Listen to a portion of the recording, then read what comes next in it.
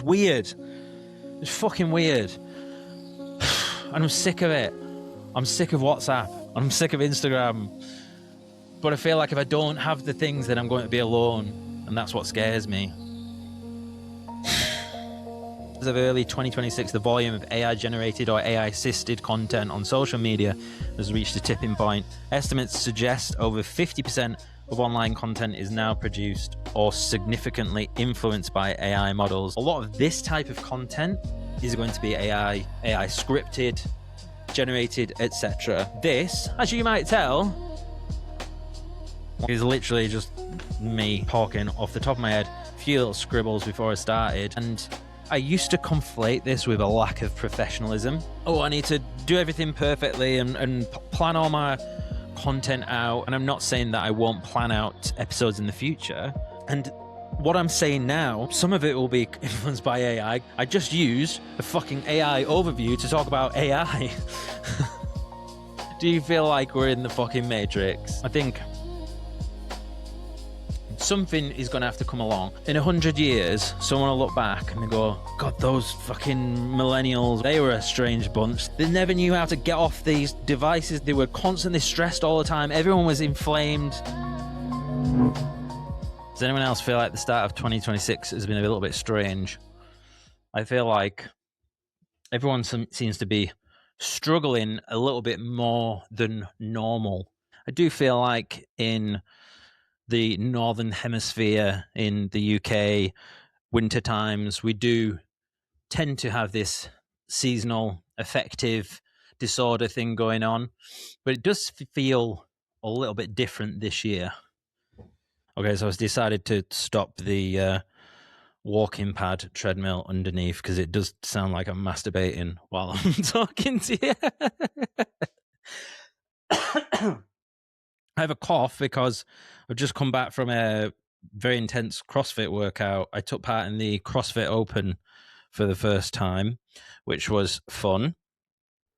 So the workout this year, if you didn't know, it's a 12-minute time cap, and you've just got to do this workout as fast as you can, see how far you can get through it.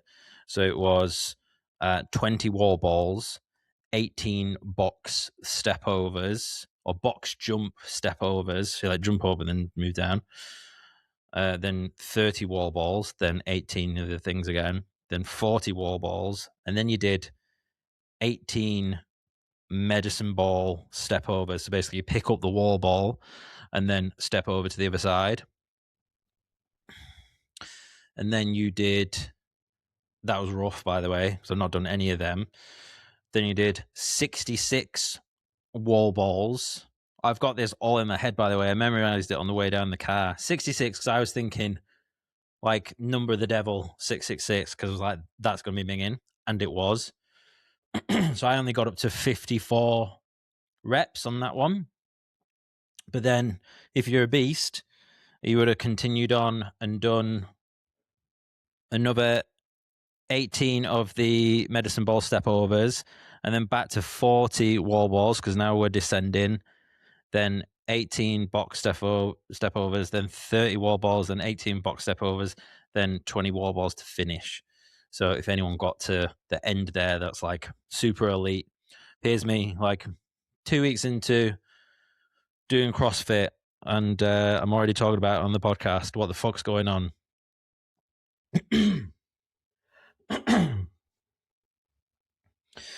I think this is definitely be one of the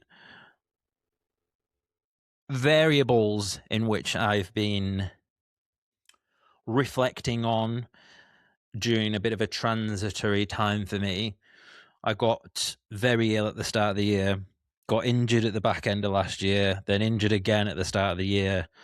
And this is all supposed to have been high rocks season, like coming up to Glasgow. Like the last 12 months, all my training has all been towards high rocks. And I've just kind of ran out of neural energy or emotional energy in terms of my motivation for it.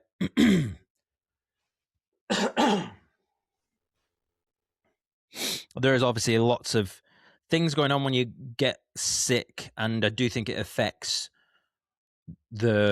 almost like your neural plasticity. If neural plasticity can be instigated in many ways. One widely sort of touted thing is like taking magic mushrooms, psychedelic trips, like they can expand your mind, but also something is like getting ill can kind of like mess with that. If you think as well, you're kind of unlearning a lot of things that you've done, habits. You're not getting up and going to the gym, or you're not getting up and doing whatever you would normally have done, and then meanwhile your body has been absolutely wrecked by a train, metaphorically speaking. I've not been bummed. Your body is just getting absolutely obliterated. And like for me, I was taking paracetamol, like four portions. Don't forget you have 4 portions of paracetamol every day, like for like 2 to 3 weeks. And I even took ibuprofen, which I wouldn't normally bother with, but I was so unwell. And it must be doing something to your gut. And they reckon now that it's looking like they've totally under-egged just how important the gut microbiome is to everything, your mental health, your immunity, etc., etc., etc. Like all of it seems to be in the gut. So you think about it, if you go through a couple of weeks of not eating the right foods, what you would normally have, like lots of sugary stuff, and just like, because I just like to get the calories in, right? And then meanwhile, you're also like taking all these drugs to numb yourself, like it's going to have an impact. Coupled with that, I left Cumbria Strength and Conditioning, which I have been internally grateful to Matty and Vicky and everything that they did for me by having that gym. Really totally changed my life. I think I did, was it like episode 8 or something? If I can find it, I'll put in the show notes so you can just look yourself. There was an episode on it was why high rocks and podcasting has changed my life. I was like 8 episodes in or something like that. And it really, before joining Cumbria Strength and Conditioning, I didn't have a life. I definitely was going through this transitory phase of new friends, new relationships, etc. Like I wasn't drinking, so that wasn't a hobby anymore. Music had like gone out the window, and then all of a sudden I found this community, and it was just like quenching a thirst that I never knew I had, and it was amazing. And here's the thing that you start to notice as you get older is that this unavoidable impermanence of existence, that everything comes to an end at some point, or it evolves. I remember like the first year or first 18 months where I was at, I would just say a CSC now, where I was at CSC, and it was great. I was like, this is it. I was going like doing these competitions and stuff, and like having these new begins of high rocks where like the first time I've done a proper plan. So you're like, my growth was just like, and you're getting all this feedback from the community because you're all bought into this thing. Everyone's into high rocks and high rocks times and getting better. Like, let's go. Aren't you amazing? Woo, let's go, Jace.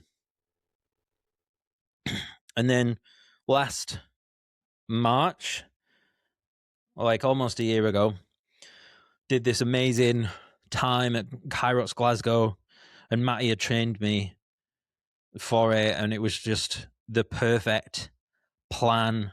I felt amazing on the day. Did my 105, 40, 50, whatever it is. And I think getting so close to like not being too far off a podium at that point, sort of made me think, right, well, I want to crack on. I want to get to the world. So what I'm going to have to do is go up to the pro weights. But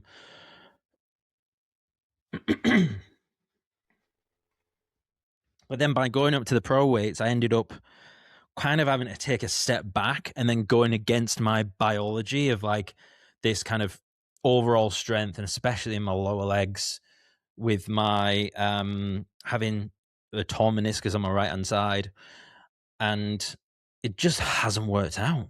And this won't be any surprise if you listen to the episode that I did with Paddy, who's been doing my programming for the last 12 months.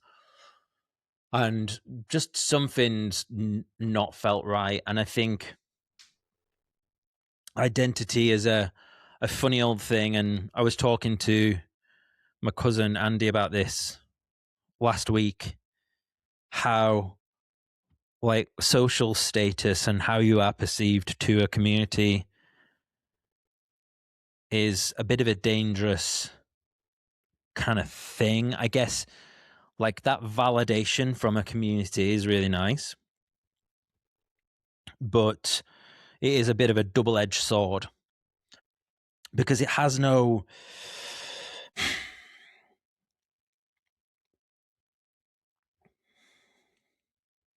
it feels very fragile. It feels like social status or it feels like a house of cards in a way, and you can, if you become reliant upon it, then, and especially in a domain where it requires physical prowess, physical fitness, such as high rocks, then if you get injured, then you just end up having this identity crisis. And then, having what happened to me, getting injured and then sick and then injured and then just like boof, boof, boof, being hit in the face over and over and over again. And you start to go, okay, so what are we left with here? And who is Jason if he's not crushing it at high rocks? And I ended up moving to a different gym. So now I'm doing CrossFit. And it does feel like I'm starting from scratch, because I'm now total novice, going to these sessions with the training bar, learning how to do snatches and stuff, looking like a complete novice, which I am. But there's a real beauty in it that I feel like I've missed, that challenge of being put out of my comfort zone, and not just being put out of my comfort zone, like, oh, you need to run faster, etc. Like challenging myself neurally, turn up to a gym where no one really knows who I am. Like I feel a bit awkward, a bit geeky, don't know how to move the bar or whatever. But this is where the growth is. And there is something to be said for looking to participate in games in which you have an advantage. If you are taller, you make a good rower or a good basketball player, or actually good high roxer. Tall people tend to do quite well. Although, having said that, short people too. We don't really know about high rocks. There's a bit of a mix, but there are some obvious examples there, which I mentioned. Climbers tend to be a little bit shorter. And high rocks, with being a very average runner, gave me some advantages in which I could do quite well. When I look at CrossFit, remains to be seen, but I would feel like because I'm not naturally very strong, I probably won't be able to do so well in it. But maybe that's all right. Maybe that's what I need, is something that I can't get this and get very good at it, and then get to a point where I have a little bit of a crisis because you get to like this plateau, but actually, like when you zoom out, you're so fucking far away from the top, anyways. Kind of just feels like unsustainable from an emotional, psychological sort of perspective. But I do wonder, I do think, do I repeat these patterns and going back to childhood, teenage years, guitar. So I picked up a guitar at 14. Could almost like play it without having any lessons or whatever. I just remember my friend Tom saying to me, he's like, mate, you're like already better than this other person in our front group. I won't say because probably get mad. Yeah, you're already better than this person, and he's been having lessons for like a year, and you're just, yeah. So I definitely had that natural ability, and again, it's like the high rocks thing. Like my newbie curve was so steep, in terms of just like picking it up so fast. Like I remember being like shocked at how good I was getting on the guitar. You know, and it's very similar to actually to like when I started a proper running program and I started like doing sub 25Ks and I was like, what the fuck? Like, where did that come from? And you know, there was a lot of ego there. I started to be like cock of the walk at school. Like I've become a lot more popular because I was like the guitar guy. I was also quite good on BMX, by the way. So it was like BMX, guitar, like there's two things. And then weirdly enough, now I'm thinking about it, I'm like, this is kind of like the podcast and the High Rocks thing, the guitar and the BMX. Interesting. But yeah, ultimately got to a level, and there was lots of other things going on in my life. Parents had divorced, got shipped off to uni. There's an overdraft. There's if you don't come to the lectures, you won't get in trouble. It's just your own fault. So I'm like, okay, well, I'll just get drunk, take drugs, and sleep in, and go out partying with the lads every other night. I'll go out with Joey on Monday. I'll go out with Phil and the boys on Tuesday, and it would just kind of revolve like that. I couldn't say no. And I thought that, I remember thinking that it was almost like I was ordained with this God-given talent, even though I didn't believe in God, but that I was just good, and I've done all the work that I need to do. You know, I've done all the practice in my bedroom. Now it's time for me to be the next Kurt Cobain, the next I was going to say Alex Ferguson. The next Alex Turner. But yeah, I don't know if there is whether I am repeating a pattern here of once it gets tough, then I quit. But for now, this just feels right. And I don't think I'm like, this isn't me quitting High Rocks. And by the way, if you wanted to know the end of that story, I failed my first year at uni. I then found out I was dyslexic. And it kind of started to make sense why I was struggling all the time in lectures, etc. And probably ADHD, but that's not, I've not been diagnosed as that yet, but I would struggle to focus. And the difficulty level in terms of like reading and stuff, like I didn't read a book until I was 21. So I went all my life just blagging my way through it. Anyway, and remember just quitting and being like I hated who I'd become. Like this layabout, fucking drug taking, like entitled little man. But I also have a lot of sympathy, you know, given like I was going through a lot of shit, and I didn't realize I was basically in the early enthralls of some form of alcoholism, I would think.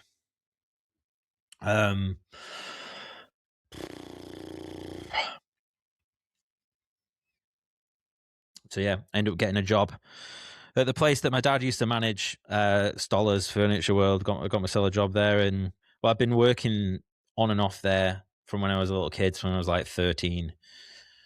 So I went full time working the warehouse. Then I ended up on the shop floor in my little suit, selling. Oh, hello there. What do you think about this sofa?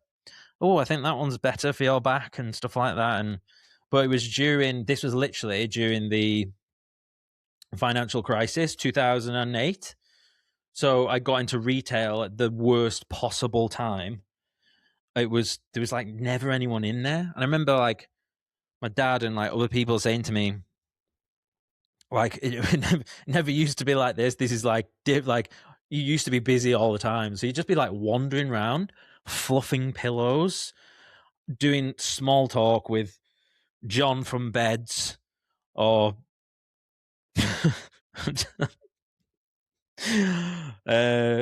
John John and Julie from Beds, and Christ, yeah, flirting with all the older women at the front desk and the the kitchens. But yeah, I wanted to get back to kind of give myself a bit of a stint of just being normal and just working and not thinking that you're this artistic genius. This conversation has taken a turn which I was not expecting.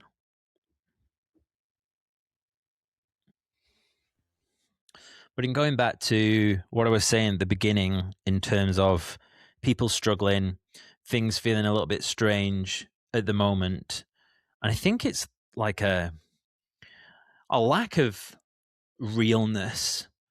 And we talk about authenticity quite a lot. Certainly I do on the podcast.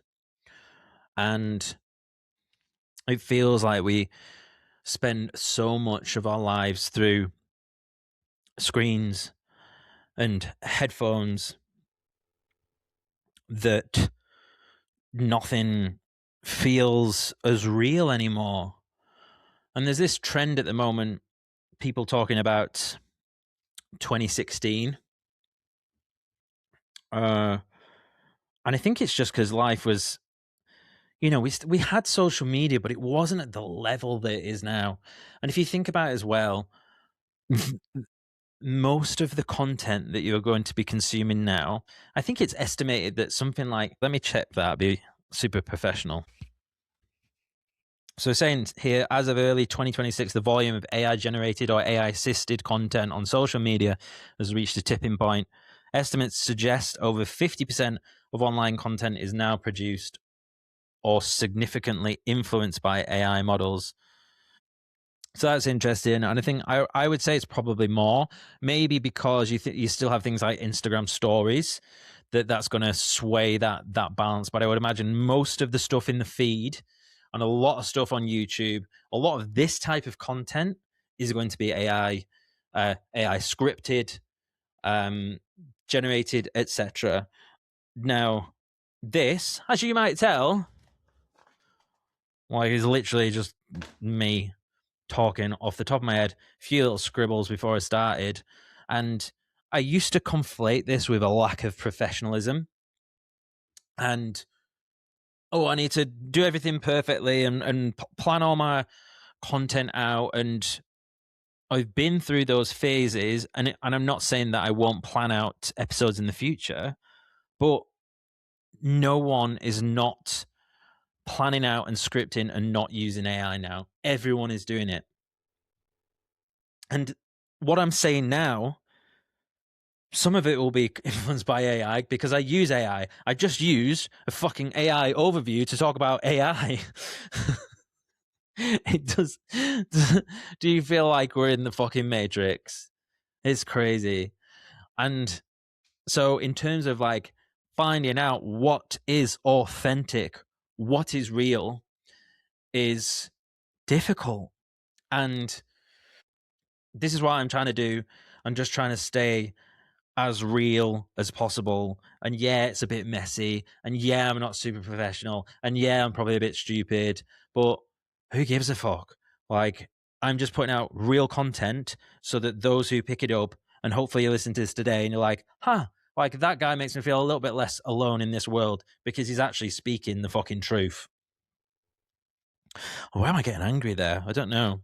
I think that is a little bit of a parallel emotion which I tend to feel at this lack of realness at the moment. And it's almost like frustration for a time that has been and gone. And only 37 in a couple of weeks. But a couple of weeks. I'm 37 in like 5 days or something. I never get too bothered about age. I've always been like, because I go to the gym and I'm fighting entropy, like this decline. I'm fighting it the other way around. Like, how's it work? This way. So like they've got this decline of age, but I'm fucking running up that hill. I'm running up the hill, and yeah. So, but it was like the first time where I've really started to notice like my energy and stuff dipping, and I don't know whether that is because of age or whether it is just because I've had a run of getting ill and stuff. I've not been sleeping, so that's probably not helped. So it probably is that, to be fair. But yeah, just feeling a bit like I feel like community has disappeared. Unless you're part of a CrossFit gym or High Rocks gym, a community sort of anything that's community based, unless you are part of that, or your own community. So a nuclear family. So the nuclear family is like 2 partners and then children, and that's like this little unit. And even that, without the children, like you have like people that are just coupled up. They're like these little nuclear units plus the fucking dog. And then we end up with like everyone just silos themselves off. And they do their own thing, and then they go to work, and then they do all the stuff from home, and then they might go to the gym, or they might go to the pub or whatever. That's another one. Sorry, the pub, but that's dying. But I don't really go to the pub that much, so it's not like I don't care. But it doesn't really affect me, and it makes me feel a little bit better because I had a business that struggled massively in hospitality, and it was one of the hardest decisions I ever made, and things that I did. And I suppose it makes me feel a little bit better that I knew that the industry has been declining on a personal level in terms of me being a failure. Not that I would wish anyone's business not do well. I think, to be fair, even despite me being someone who doesn't drink, I think that lots of people not drinking is not necessarily a good thing. I believe there are like young people aren't having as much sex, so we're not having as many kids. We've got this population decline coming, which is going to be an absolute fucking shit show, which no one is ready for. But if you talk about that online, people just say, "Oh, it's it's going to be good for the environment when there's no people." I'm like, "Oh, we don't like people anyways because we're a cancer to the world and stuff like this. I'd prefer dogs. Fuck off." Like, all right, go live with dogs then. Would you like it was just you and dogs? No, like we like humans because we're fucking human beings. So, get over yourself. I don't get on board with that at all. I'm sorry if you've been hurt by people and you have this thing against humans or whatever, but people are inherently good. Most people, and the rest of them misunderstood. And I don't know. I just think giving up on the human race and just being like, "Oh, I just fucking love animals," feels like a bit of a cop out to me. I like people, and I want to see more people. And this is one of the reasons why I've been struggling to feel like I want to see more people in real life. I'm sick of doing everything over a screen or talking over WhatsApp. WhatsApp, fuck me. WhatsApp, I think we are due a huge shift or communication revolution. Something will change because I am noticing that it started with a few other people. I never used to do this, and they just wouldn't reply to me on WhatsApp. Some of my friends, girls that I've dated, and And I'm like, what's this about? Like, and it's like this overwhelm. And I've started doing it now. So much so, I didn't reply to my mum for like days a few weeks ago. As it happens, she did the same to me. So we've been like kind of, we both like clearly know that we're going through a similar sort of feeling. And if it's now, if the older generation is feeling it as well, then I can't, then there's something going on.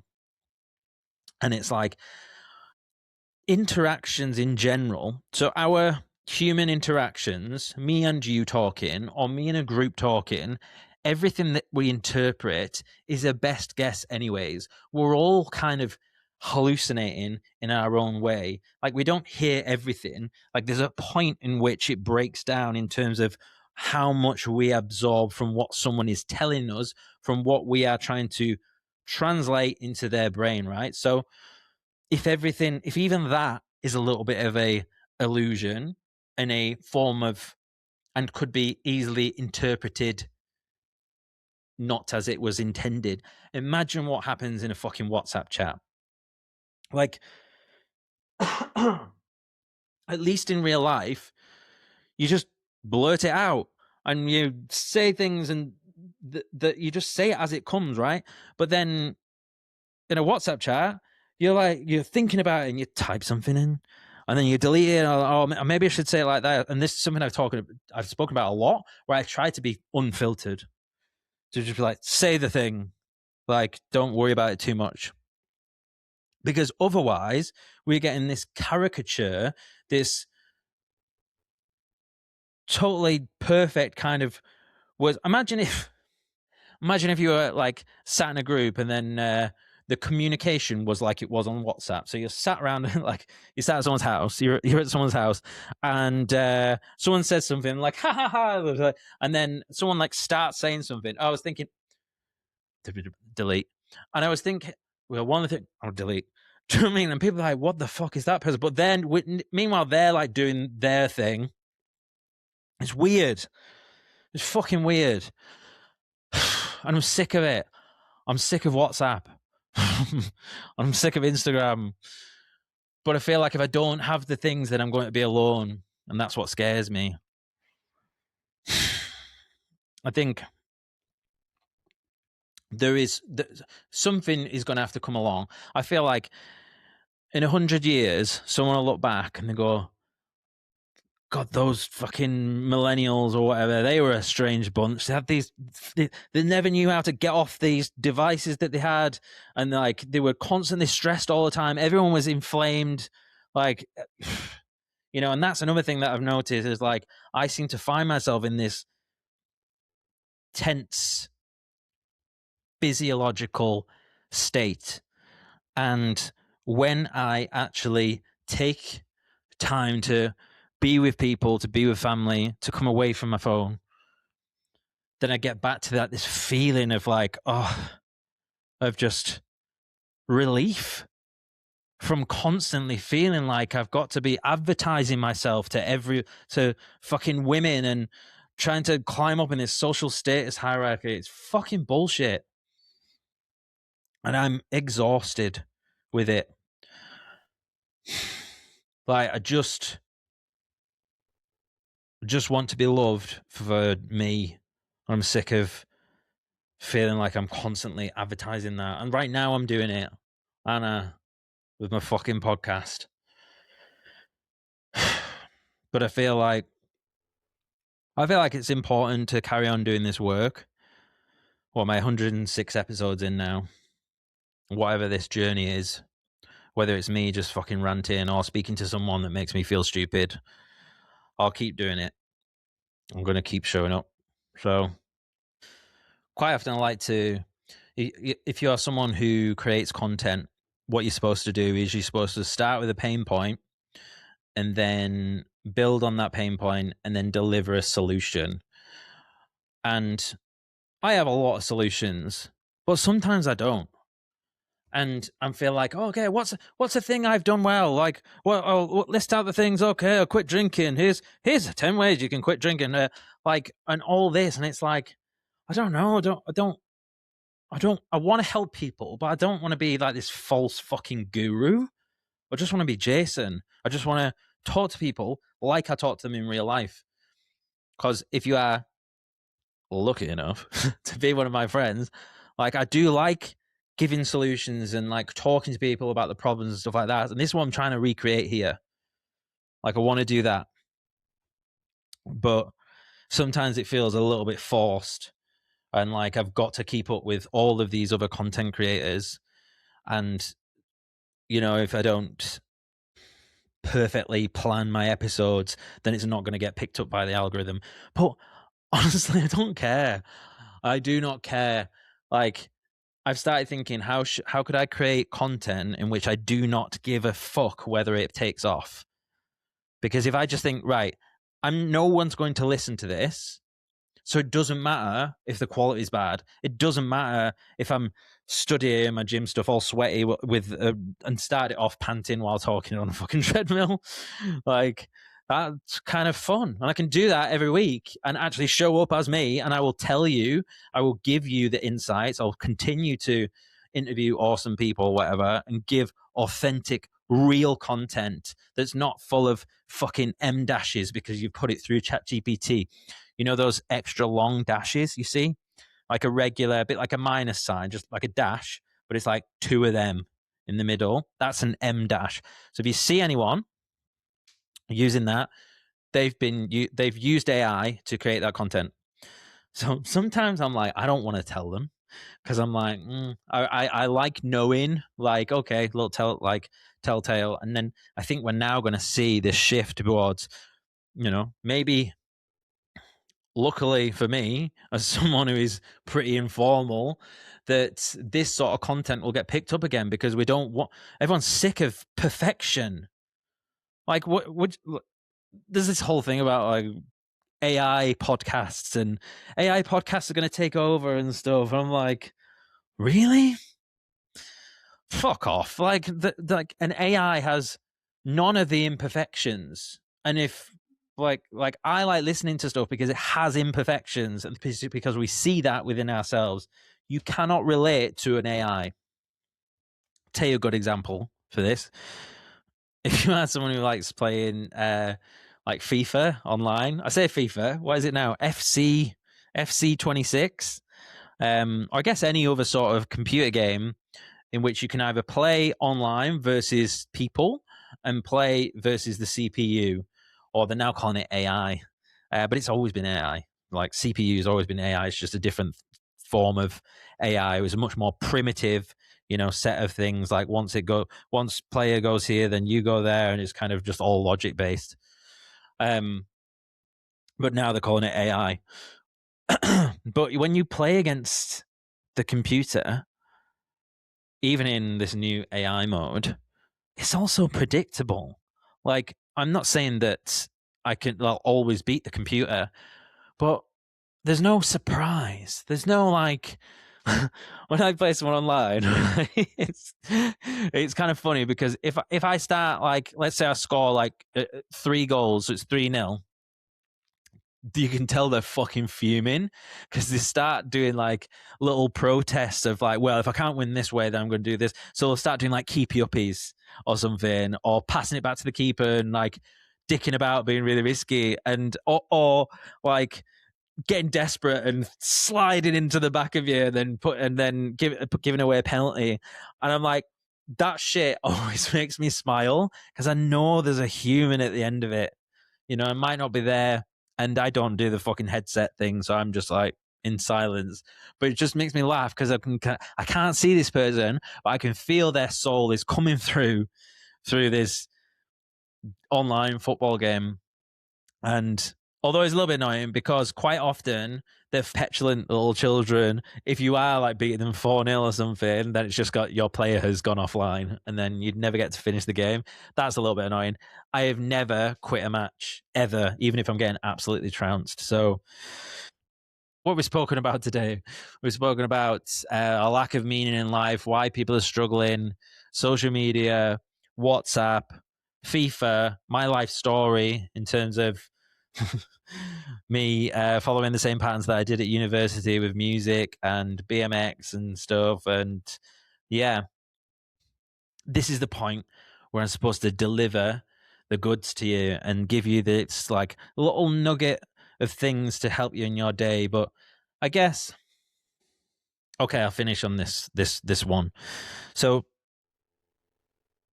I went out for a walk with my cousin Andy the other week, earlier in the week, sorry.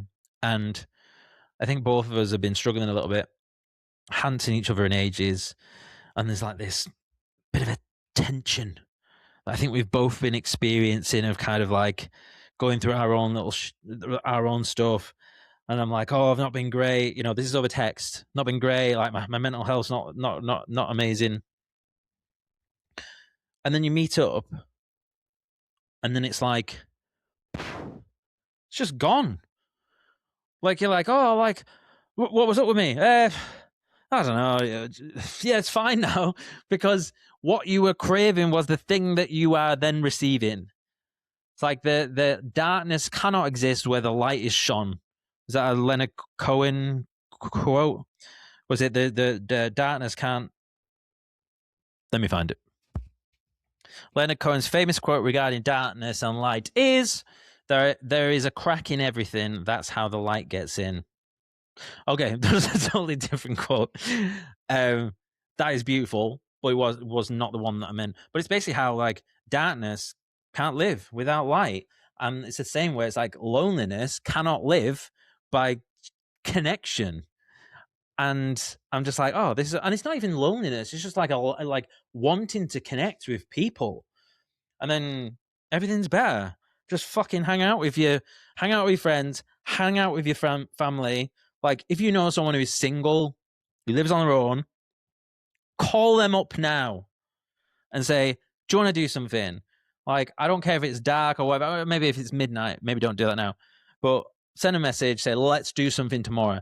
You are going to die. So make the most of this life. It's such a fucking miracle that we're here.